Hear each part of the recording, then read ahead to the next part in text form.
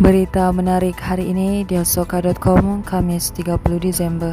Baiklah, kita mulakan berita menarik hari ini dengan perkembangan COVID-19 di Sabah, di mana Sabah terus mencatat peningkatan jangkitan COVID-19 dengan sebanyak 226 kes baru lagi direkodkan hari ini. Jurucakap perkembangan harian COVID-19 Sabah, Datuk Seri Masri Manjun berkata jumlah itu membabitkan penambahan 34 kes daripada 192 kes yang dilaporkan semalam. Beliau berkata daerah Tuaran dan Tawau merekodkan peningkatan kes baru yang agak tinggi berbanding semalam, iaitu masing-masing meningkat 17 dan 14 kes. Katanya Ranau adalah satu-satunya daerah yang menunjukkan penurunan kes baru agak banyak, iaitu dengan pengurangan 12 kes berbanding semalam. Sementara itu, Presiden Parti Solidariti Tanah Air Kosta, Datuk Seri Dr. Jeffrey Kitingan, mengesahkan akan bertemu dengan Ahli Dewan Undangan Negeri Adun Melalap, Datuk Peter Antoni dan Adun Limbahau, Datuk Juel Nuatim hari ini. Jeffrey berkata pihaknya menerima maklum balas daripada kedua-dua adun berkenaan dan pertemuan dijadualkan berlangsung petang ini. Beliau berkata demikian selepas diminta mengulas jika ada maklum balas mengenai pelawaan beliau semalam yang mahu kedua-dua adun berkenaan menyertai STA. Jeffrey yang juga adun Tambunan turut menyatakan harapannya agar Peter tidak menubuhkan parti politik baharu lagi di negeri ini. Jeffrey dalam pada itu berkata hasrat bekas naib presiden warisan itu menubuhkan parti baharu tidak akan memecah belahkan masyarakat Kadazan Dusun dan Murut di Sabah. Peter pada Selasa lalu mengumumkan keluar warisan bersama Juel dan akan menubuhkan parti baharu pada awal Januari ini.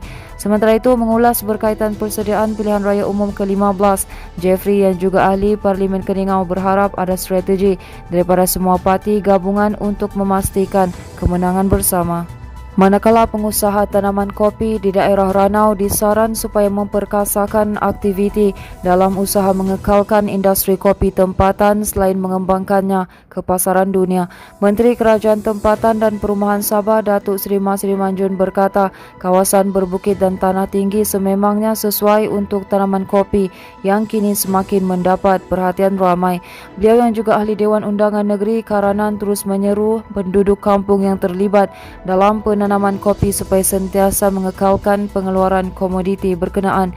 Selain itu, masih diturut berharap supaya pengusaha sentiasa menggunakan kemudahan yang diberikan oleh pihak berkaitan termasuk Jabatan Pertanian dan Lembaga Pemasaran Pertanian Persekutuan Fama untuk membantu meningkatkan penanaman kopi. Pada masa sama masih diberkata penanaman kopi juga dapat menjadikan kampung di daerah ini dikenali sebagai pengeluar kopi berkualiti tinggi hingga ke peringkat antarabangsa.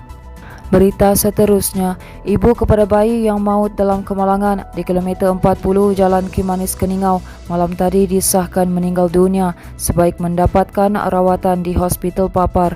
Wanita terbabit yang duduk di bahagian hadapan sambil memangku bayinya yang berusia setahun dilaporkan tercampak keluar sebaik kenderaan pelbagai guna MPV Naza Citra terbabas. Ketua Polis Daerah Papar, Deputi Superintenden Betolomi Anak Umpit berkata siasatan awal mendapati keluarga berkenaan bergerak dari Keningau menuju ke Papar. Katanya ketika menuruni jalan Bukit Berselekoh dalam keadaan hujan lebat dan pemandu yang juga suami mangsa berusia 40-an dikatakan gagal mengawal kenderaannya sebelum terbabas dan merempuh bukit. Katanya pemandu bersama dua lagi mangsa membabitkan seorang kanak-kanak 12 tahun dan wanita berusia 20-an turut mengalami kecederaan dan kini sedang mendapatkan rawatan di hospital. Hasil siasatan awal mendapati pemandu dipercayai gagal mengawal kenderaannya ketika menuruni jalan Bukit Berselekoh dan terus melanggar bukit. Baiklah, ini merupakan berita terakhir dari kami, di mana seorang wanita maut selepas kereta Pro 2 Myvi dipandunya bertembung dengan lori tangki di Jalan Paris 1, Kampung Paris, Kinabatangan, jam 12 tengah hari tadi. Jurucakap Pusat Gerakan Operasi Jabatan Bomba dan Penyelamat Malaysia Sabah berkata pihaknya menerima panggilan kecemasan pada jam 12.03 tengah hari. Katanya sepasukan bomba dari Balai Bomba dan Penyelamat Kinabatangan kemudian bergegas ke lokasi kejadian. Jelasnya kemalangan membabitkan sebuah Pro 2 Myvi bertembung dengan lori tangki membawa muatan simen. Seorang wanita yang memandu Pro 2 Myvi disahkan meninggal dunia di lokasi kejadian oleh pegawai perubatan. Menurutnya, mayat mangsa kemudian diserahkan kepada pihak polis untuk tindakan lanjut. Ada pemandu ada di dalam dan sudah dibagi maklum meninggal dunia di dalam kendaraan. Perempuan.